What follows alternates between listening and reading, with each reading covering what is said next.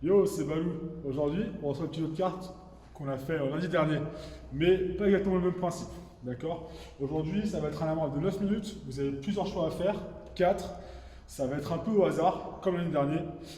Du coup, sur le choix 1, vous avez deux mouvements de jambes. Le premier, fait par notre cher Thomas, ça va être un squat jump. Donc, j'ai cherché à casser l'appareil avec mon squat et sauter le plus haut possible. Ça, c'est pas vraiment très haut, mais pour Thomas, c'est le mont Himalaya déjà.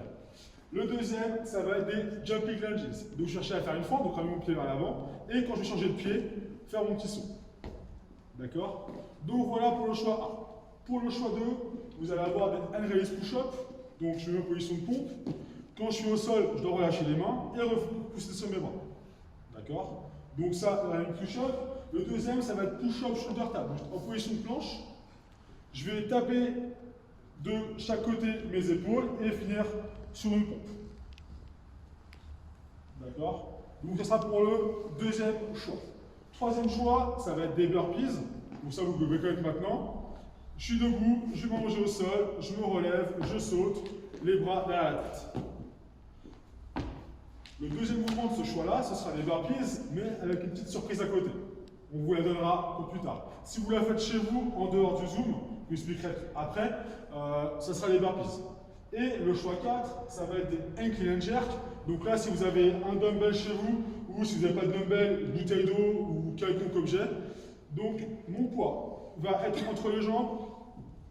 Donc je suis au-dessus déjà, je vais le lever, prendre ma main entre les jambes, fléchir l'avant sur mes jambes, le ramener au niveau de l'épaule et venir pousser au-dessus de ma tête. Le but étant de le garder le plus proche possible de l'oreille.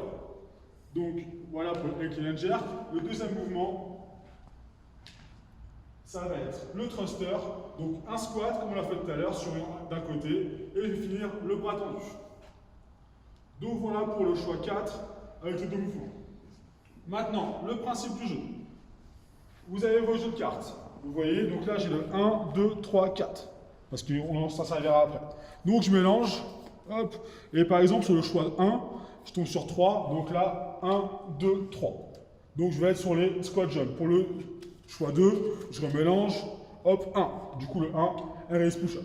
Ainsi de suite. Vous avez un jeu de dés avec les dés. Enfin bref, le but c'est que ce soit vraiment le hasard qui fasse votre faute. Ensuite, pour le nombre de répétitions.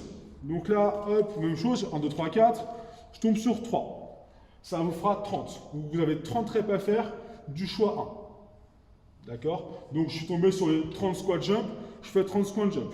J'enchaîne sur 40 de mon choix 2. Je suis tombé sur les push-up shoulder tap. Donc 40 shoulder tap. Ainsi de suite pour le choix 3 et 4. D'accord.